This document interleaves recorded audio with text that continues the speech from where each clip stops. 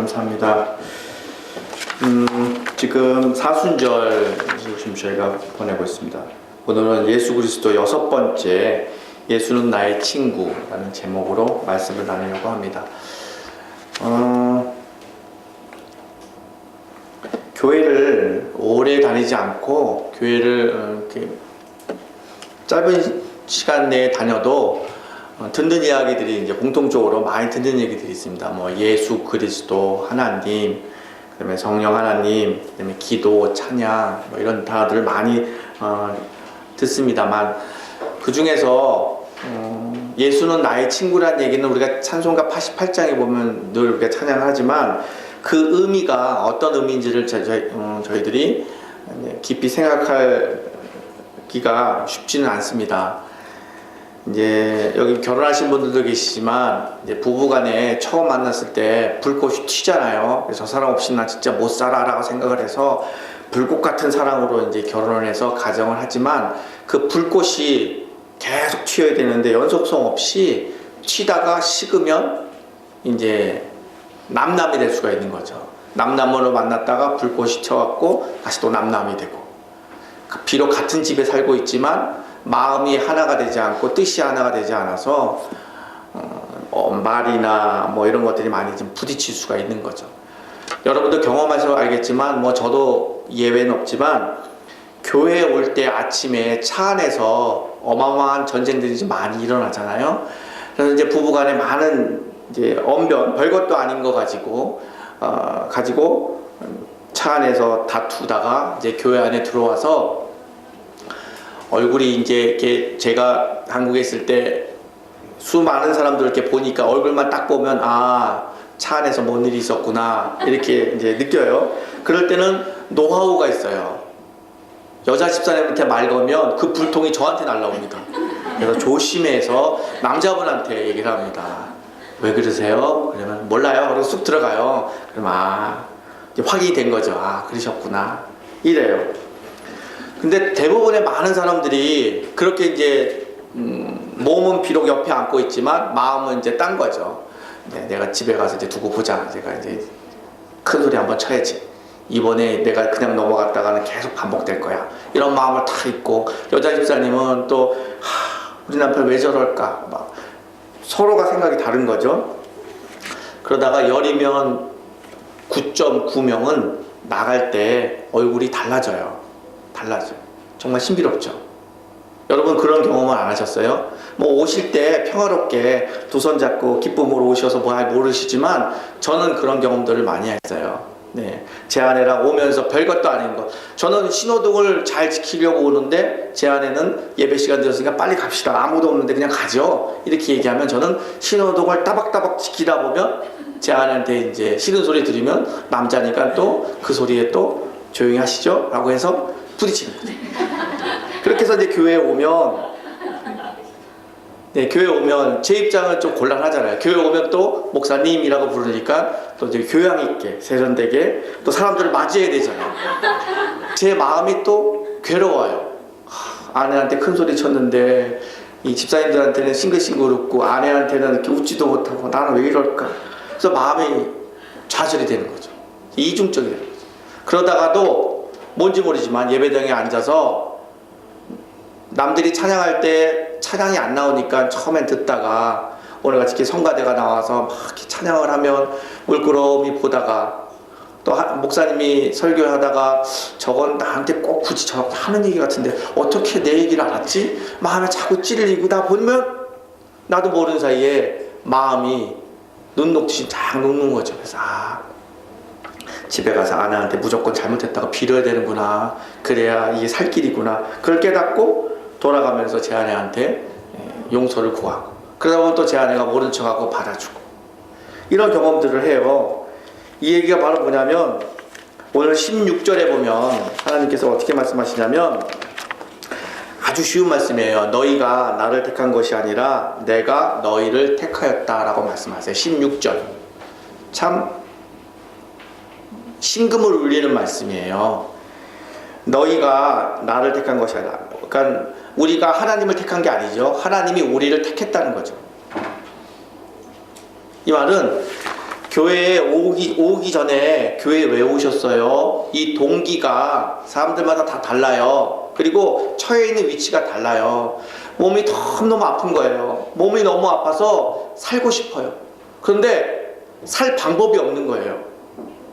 그래서 교회에 오는 분들이 계세요. 그러면 사람들이 이렇게 얘기하죠. 병 날려고 교회에 오세요?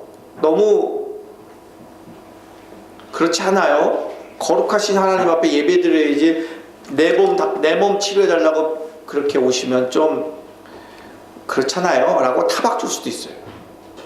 그런데 제가 굳이 제 앞에 제 간증을 한 이유는 이겁니다. 우리가 교회에 들어오게 된 동기들이 다 달라요. 그 동기 중에서 우리가 본인이 생각할 때도 이건 아닌데 너무 이거는 세속적이고 타락한 건데 라고까지 생각하는 그 모든 것들이 16절에 말씀이 있는 것처럼 우리가 하나님을 택한 것이 아니라 하나님을 만나보니까 하나님이 우리를 택하셔서 우리를 부르셨다는 거죠. 그러니까는 저와 같이 차 안에서 별것도 아닌 거 가지고 아내와 다툰 그 자체도 바로 하나님의 부름의 범주 안에 들어간다는 거죠. 여러분이 친구한테 배신을 당했거나 누구에게 돈을 잃어버렸어요. 그래서 분한 마음을 가지고 교회에 들어왔다 할지라도 그 모든 것들이 다 하나님이 부르심이었다는 거죠. 지금은 몰라요. 지나가 보면 내가 병들지 않았으면 큰일 날 뻔했다. 하나님 못 만날 뻔했네. 이거죠. 그러니까 이 자리에 있는 여러분들이 지금 이 시간이 여러분이 선택을 해서 여러분의 발로 내 돈을 들여서 내 차로 몰아서 여기 온 게 아니고 하나님이 여러분을 부르셔서 이 자리에 앉아 있다는 거죠. 그 말은 뒷말이 더 중요해요. 부르신 게 하나님이시잖아요. 하나님의 부름에 따라 이곳에 앉아 계시고 하나님 부름에 따라 뭔지 모르지만 1번에 와서 지금 우리가 살고 있어요. 그 모든 것들이 다 하나님이 부르셨기 때문에 하나님이 책임져 주신다는 거죠. 하나님을 신뢰하고 하나님께 모든 것을 다 맡겨서 사시면 주의 말씀대로 살기만 하면 하나님이 저와 여러분을 책임져 주신다는 거죠. 이 말만 들어도 우리가 좀 든든하잖아요. 세상살이 하다 보면 우리가 생각지 못했던 어려움들을 겪잖아요. 그럴 때마다 당황되고 어떻게 해야 될지 몰라서 막 두근두근 거리잖아요. 그럴 때 우리 마음을 딱 잡을 수 있는 게 바로 하나님의 말씀, 내가 하나님을 택한 것이 아니라 하나님이 나를 택하셨기 때문에 하나님은 나를 책임져 주실 거야. 하나님의 크신 사랑으로 나에게 다가오실 거야. 라고 믿기만 해도 몸과 마음이 편안해지고 좀 힘 있는 사람으로 우리가 지금 세상살이를 할 수가 있다는 것입니다. 그런 의미에서 여러분, 이 자리에 있는 여러분들 한 사람 한 사람이 얼마나 소중하고 소중한지 여러분은 아셔야 됩니다. 이 자리가 얼마나 소중하다는 것을 여러분 스스로가 좀 깊이 깨달으셔야 됩니다. 그리고 옆에 있는 바로 주 안에서 만난 우리 영적 가족들이 얼마나 소중한 사람이라는 것을 여러분은 지금은 어렴풋이 알지만 훗날 깊이 알게 될 날이 올 것입니다. 인생살이 하다 보면 희노애락들을 다 겪잖아요. 이제 교인들 간에 우리 같은 이제 구역 모임, 이런 모임들을 갖게 되면 과거에 내가 살았던 삶들을 이야기하는 시간들이 하면 다 희노애락들이 다 나와요. 그럴 때 사람이 가장 어려울 때가 언제냐? 어려움을 당해서 내가 무너질 때 나를 도와줄 사람이 없다라고 마음에 다가올 때, 그때가 사람이 무너지는 거죠. 그럴 때 사실은 친구가 필요해요. 있는 그대로 내 억울함이나 아픔이나 이런 것을 있는 그대로 이야기를 해주고 들을 수 있는 상대가 바로 친구 아니겠어요? 내 자존심이나 내가 뭔가 변장을 하고 위장을 해서 그런 것이 아니라 있는 그대로 이야기할 수 있는 상대가 사실은 우리들에게 좀 필요한데, 여러분은 어떤지 모르겠어요. 우리가 세상을 살다 보면 요즘 왜 그러지? 라고 깨닫는 게, 사람들에게 내가 아파요, 힘들어요, 이걸 얘기를 하면 들어줄 사람이 없어요. 왜냐면 그 사람들도 나보다 더 큰 아픔들을 갖고 있기 때문에 들어줄 여력이나 여유가 없어요. 내 아픔을 들어줄 상대가 없는 시대죠. 하물며 관심 자체도 없어요.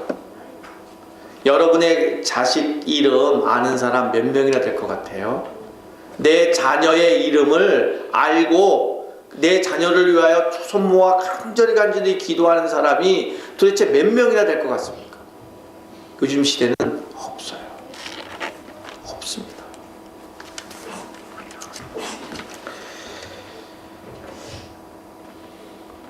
뭔가 폼 잡고 자존심 세울 필요 없이 그냥 내가 아프면 아프다고 얘기할 친구가 없는 시대라서 밤 11시, 12시에 내가 몸이 아파서 누군가에게 도움을 요청할 전화를 걸어서 저 너무 아파요, 도와주세요, 이 한마디를 건넬 사람이 여러분 몇 분이나 계세요? 여러분이 밤 12시에 심하게 어려움을 겪어서 수화기를 들고 딱 첫 번째 생각나는 사람이 누구세요? 저는 이 말씀을 준비하면서 교인들 입에서 목사님이요 라고 나오기를 바라는데 차마 제가 대답을 못 듣겠어요. 훗날 10년이 지나고 20년 후에 정말 여러분과 저와 친구처럼 된다면 아마 여러분은 수화기를 들자마자 아마 저를 찾으실 거예요. 하지만 지금은 제가 좀 불편하기도 하고 목사님이시니까 어렵기도 하고 또는 뭐 여러 가지 감정으로 아마 다가오지 못하실 거예요. 밤 12시에 어려움을 당하면 수화기를 들고 아무 생각 없이 아무런 부담 없이 힘들어 좀 와줄 수 있어? 라고 전화할 수 있는 사람은 여러분 도대체 몇 분이나 계십니까? 오늘 요한복음 15장의 말씀은 쉽지 않은 말씀이에요. 저에게도 상당히 부담스러운 말씀이에요. 제가 어저께 제 아내한테 물어봤어요. 혹시 나에게는 친구가 몇 명이나 될까? 라고 물어봤어요. 대답이 쉽지 않죠. 쉽지 않죠. 15장에 보면 우리가 포도나무 가지라고 그러잖아요. 포도나무 가지 여러분 보신 적이 있으니까 생각해 보세요. 포도나무 가지는 화목으로 땔감으로도 쓸 수 없어요. 정말 쓸 데가 없는 존재인 거죠. 나무가지, 포도나무 가지는. 근데 포도나무 가지에 나무에 붙어 있어야만 거기에 이제 열매를 맺잖아요. 그 나무가 바로 예수님이고 가지는 우리다라고 우리가 알고 있는 것처럼. 그런데 5절에 보면 이렇게 말씀하세요. 열매를 맺으라 이렇게 말씀하세요. 10절 계명을 지키라. 12절 서로 사랑하라 이렇게 말씀하세요.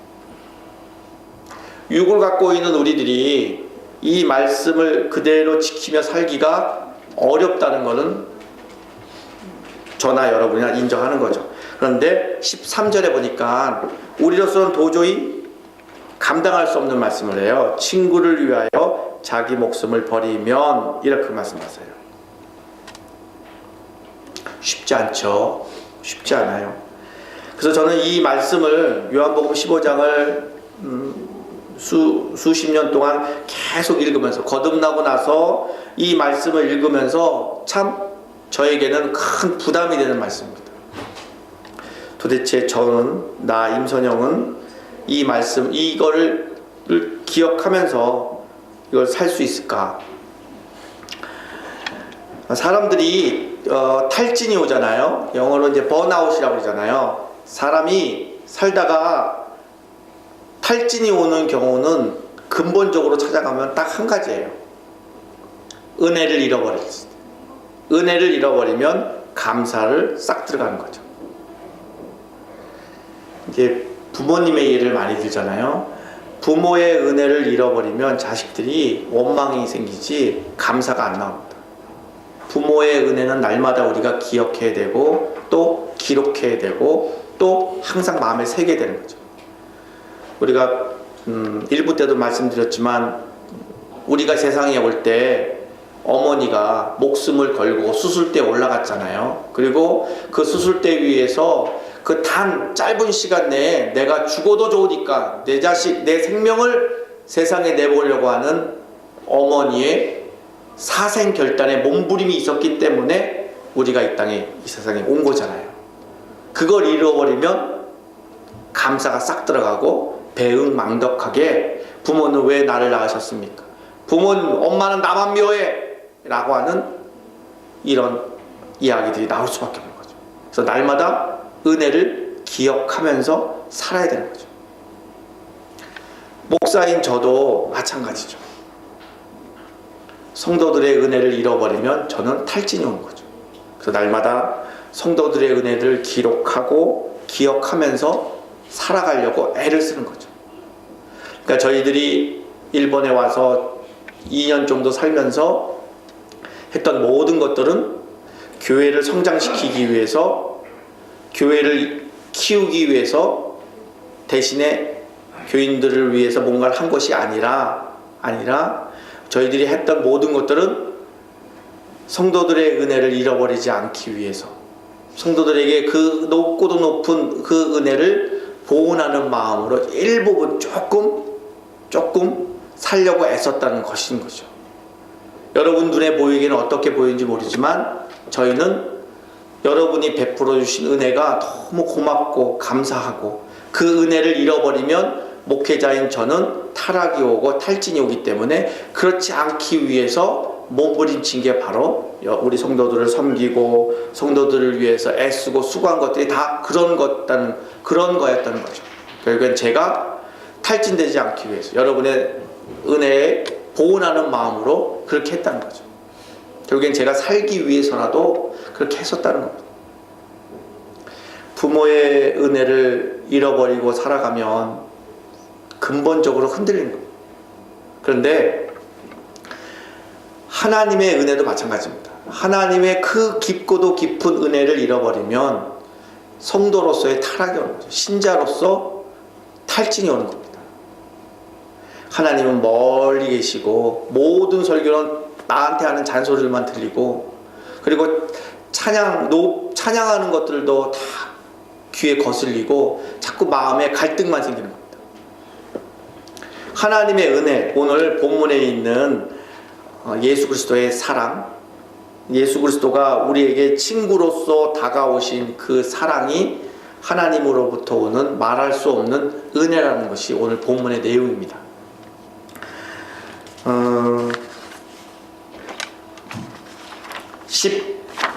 15절에 14절에 너희가 나의 명하는 대로 행하면 곧 나의 친구라 이렇게 말씀하시면서 15절에 이제부터 너희를 종이라 하지 아니하려니 종은 주인이 하는 것을 알지 못함이라 너희를 친구라 하리라 하였노라 이렇게 말씀하세요. 제가 거듭나기 전에는 이 15절의 말씀이 그냥 주속적으로 그냥 책에 나와 있는 그대로 의미로밖에 한정돼서 받아들일 수가 없었는데, 제가 극한 어려움 가운데에서 인생의 바닥에 머물렀을 때 정말 저는 하나님이 살아계시는가, 하나님 나를 사랑하시는가, 거기서부터 바닥부터 의문이 생기기 시작했고, 그리고 살고 싶었어요. 그리고 궁금했어요. 하나님이 도대체 어떤 분이신지. 그러던 터에 하나님은 나를 정말 사랑한다는 그 말에 딱 제가 코가 딱 낀 거죠. 그리고 모든 의문을 성경 속에서 풀려고 애를 썼죠. 그러다 보니까 성경 속에 숨어있는 하늘의 비밀이 보이기 시작하고 하나님을 보이기 시작한 거죠. 오늘 본문의 내용은 이런 거예요. 하나님은 우리들의 무능력함과 무지를 충분히 다 알고 계세요. 다 알고 계십니다. 저도 목사라고 사람들이 불려줘요. 사람들이 생각할 때 저는 뭔가 좀 특별하다고 생각하실 거 아니에요. 저에게는 내적 갈등도 없고 무조건 하늘로부터 직통 계시가 내려와서 하나님이랑 전화하듯이 뭔가 왔다 갔다 할 줄 알고 그렇게 생각하지만, 저도 극심한 내적 갈등과 제 속 마음이 늘 하나님 말씀과 자꾸 부딪히는 거죠. 그러다 보니까 인생의 바닥에 있을 때 하나님이 나를 사랑하신다는 이야기가 거짓말 같았고 귀에 안 들어왔습니다. 나를 속이는 줄 알았습니다.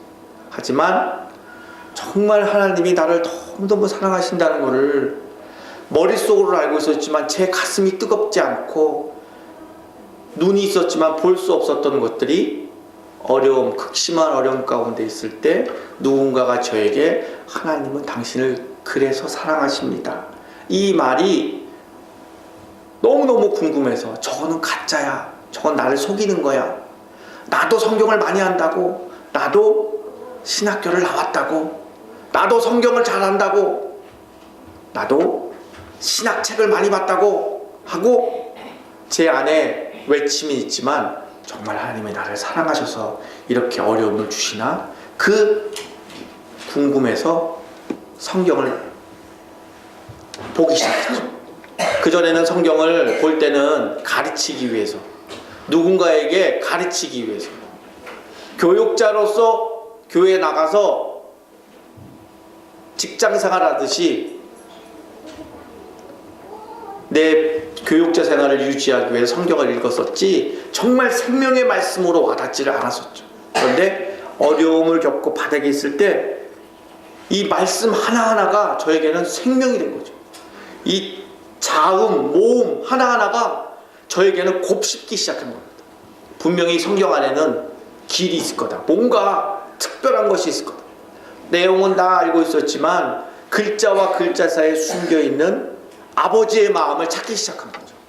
그러다가 요한복음 3장, 4장 수가상의 여인에서 저는 충격을 받았고, 거기서 400번, 300번, 200번, 300번, 400번, 500번 계속 읽으면서 그 의미를 찾기 시작했고, 그리고 15장의 포도나무의 가지의 비유를 통해서 교회란 어떤 것인지를 알게 됐고, 그리고 하나님, 그분이 어떤 분인지를 제가 확신 있게 확 와닿은 것이 바로 15절이죠.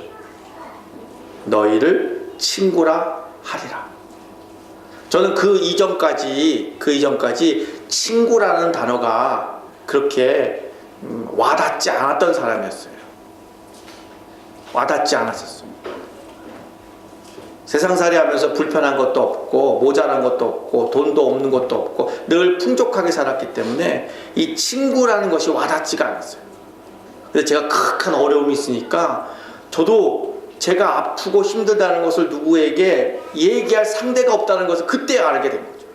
그래서 깜짝 놀랐죠.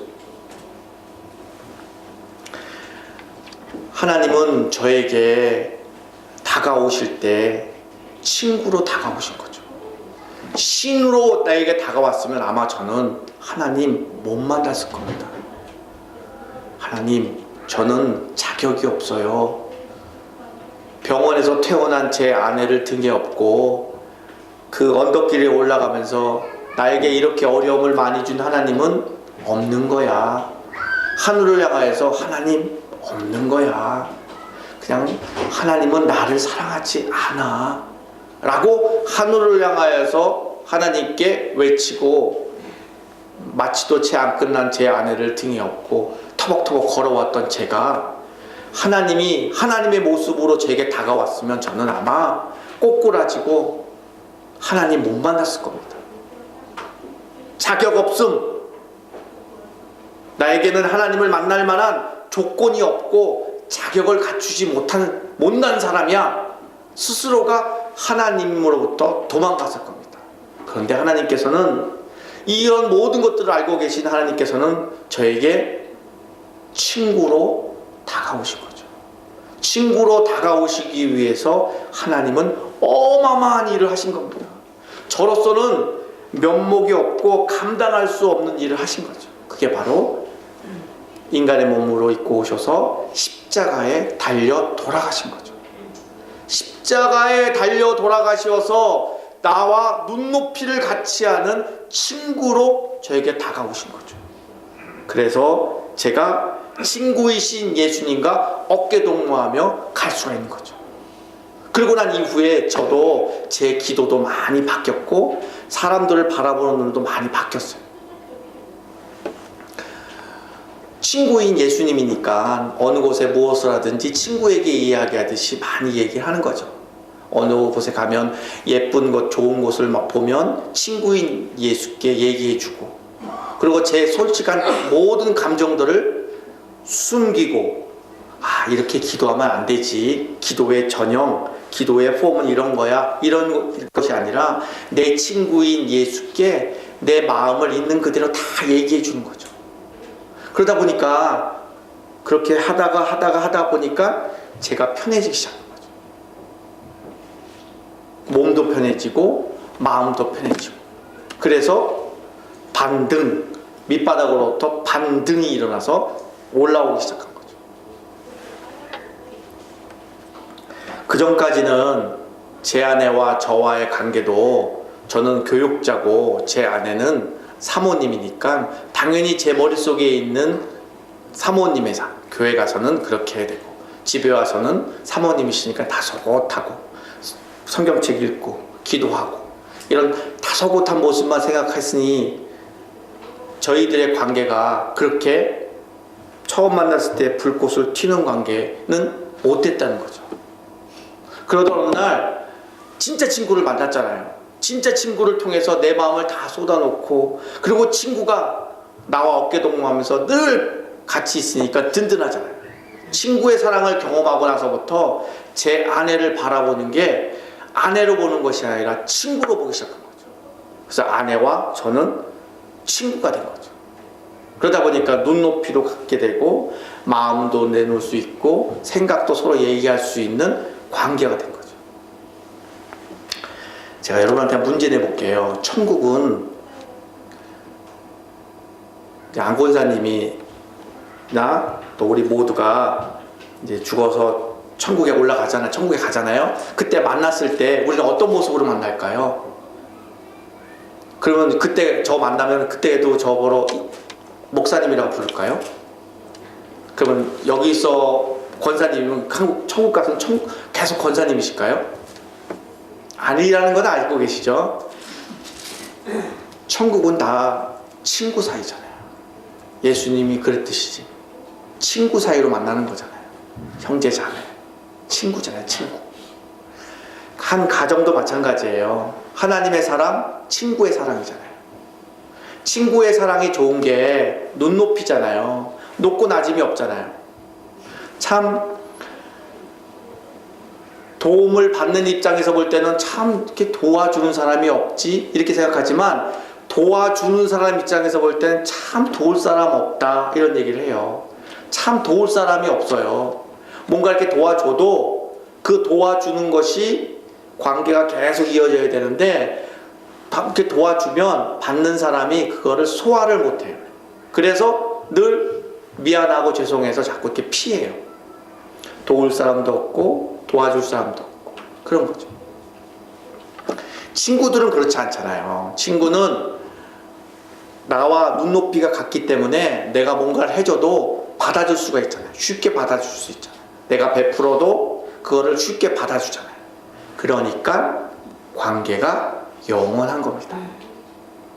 하나님이 우리에게 친구의 사랑으로 다가오신 것은 우리를 영원히 같이 가고 싶어서 친구의 마음으로 우리를 어깨동무하면서 같이 가고 싶어 하시는 거죠. 부부 사이에도 마찬가지죠. 얼마나 사랑하셨으면 남남이 결혼하셨겠어요. 그 사랑이 영원히 같이 가려면 정말 친구같이 가야 되는 거죠. 그러려면 하나님의 사랑을 우리가 경험하고, 하나님의 사랑을 통해서 예수가 나의 친구가 돼서 친구가 뭐 좋아하는지, 친구가 무슨 말 했는지, 친구가 어떻게 하면 좋아하는지를 우리가 깊이 말씀을 통해 알아서 친구의 말대로 살아가는 것, 그게 이제 영원히 같이 갈 친구로 만들어지는 거잖아요. 이렇게 예수와 나와 친구 사이가 되면 나의 변화가 어떤 변화가 오냐면, 내가 사랑하는 가족이나 또는 자녀들도 마찬가지죠.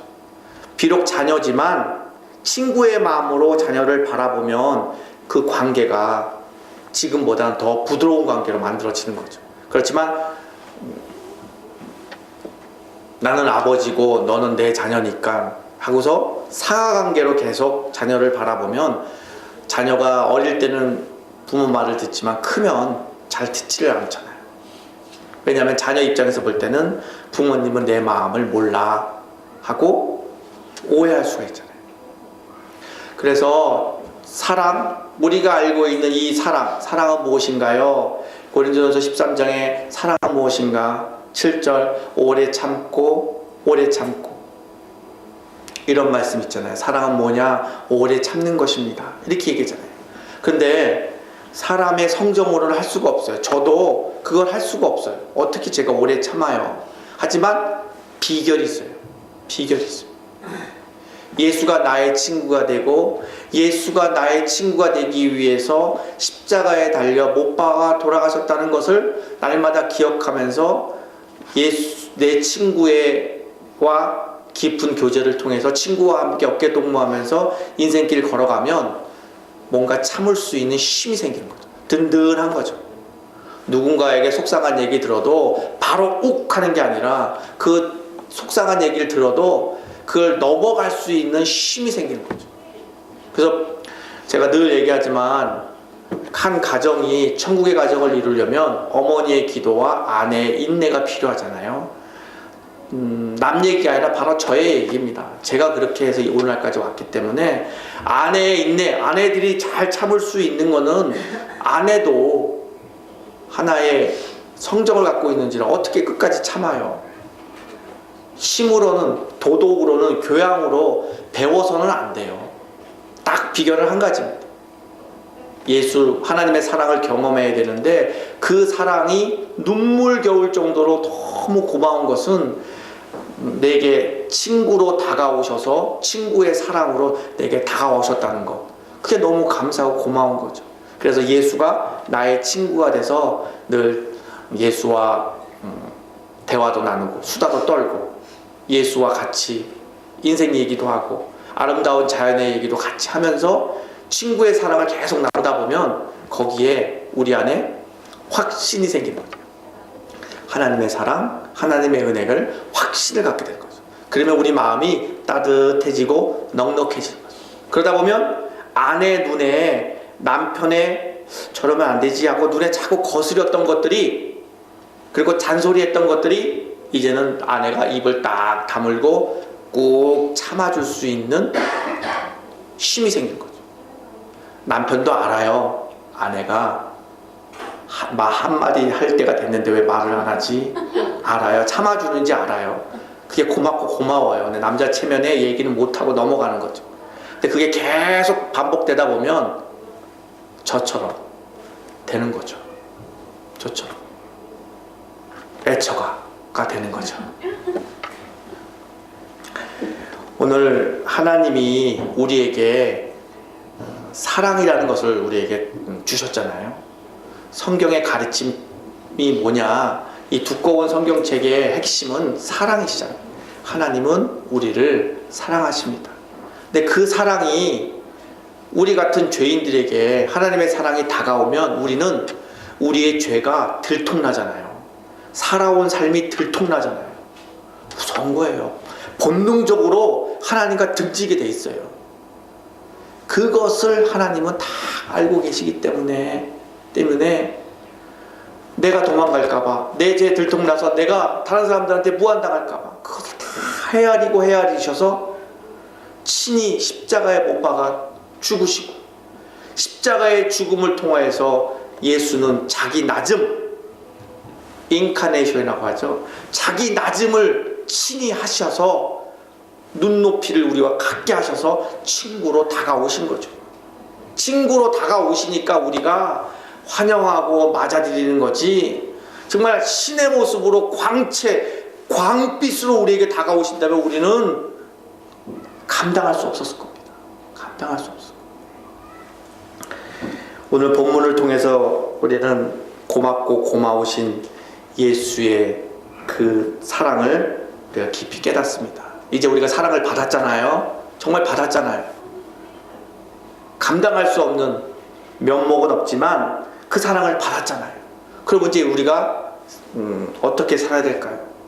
먼저 다른 사람은커녕 내 사랑하는 내 가족들을 바라보는 눈이 친구의 마음으로, 그렇다고 친구처럼 말하는 게 아니라 마음이 바라보는 눈이 친구의 마음으로 바라보는 거죠. 아팠겠다. 왜 아픈 건데? 이런 게 아니라 아팠겠다. 힘들었겠다. 얼마나 힘들었니? 얼마나 아팠니? 친구의 마음으로 우리 가족들을 바라보면 아주 조금은 넘어갈 수 있는 힘이 생긴다는 거죠. 그냥 봐주는 거죠. 몰라서가 아니라 알아도 그냥 봐주고 참아주고 기다려줄 수 있는 힘이 생깁니다. 그러다 보면 여러분의 가정이 천국 가정이 되는 거죠. 여러분의 가정이 천국의 기쁨을 누리며 살아갈 수 있는 특별한 곳이 되는 거죠.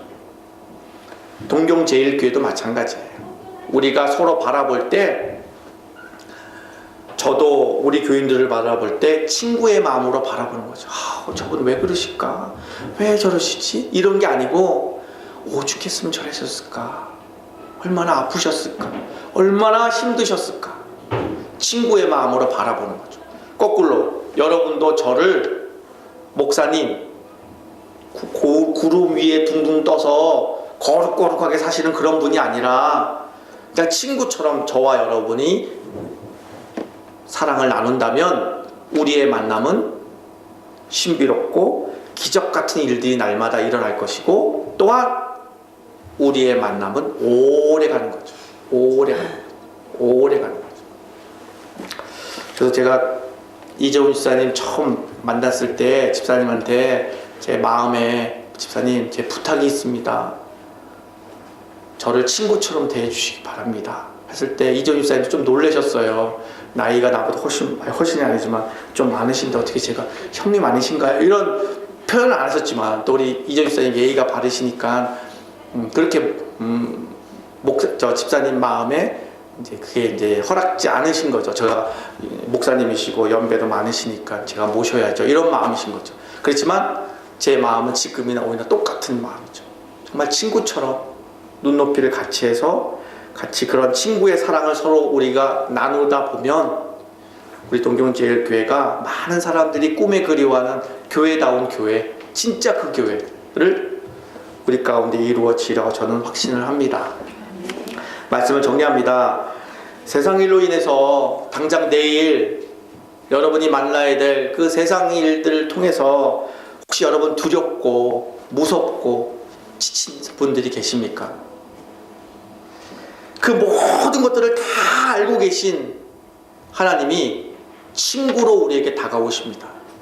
여러분의 친구이신 예수 그리스도께 어깨동무하면서 나머지의 인생을 살아간다면 여러분의 친구인 예수 그리스도께서 여러분에게 생각지 못했던 그 좋은 것들로 여러분을 도와주실 겁니다. 또한 어디로 가야 할지 모르는 우리들에게, 눈이 있어도 볼 수 없고 귀가 있어도 듣지 못하는 우리들에게 내 친구이신, 우리의 친구이신 예수 그리스도께서 어깨동무해서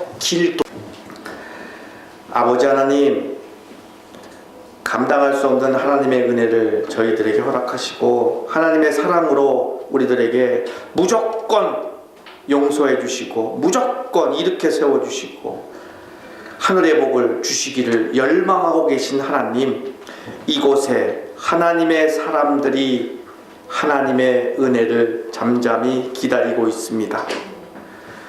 하늘이 열리어 하늘의 복을 귀한 성도들 머리머리마다 부어 주시옵소서.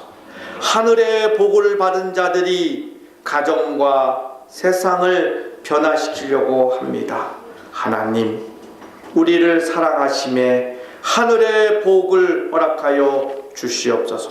감사하고 예수님의 이름으로 기도드리옵나이다.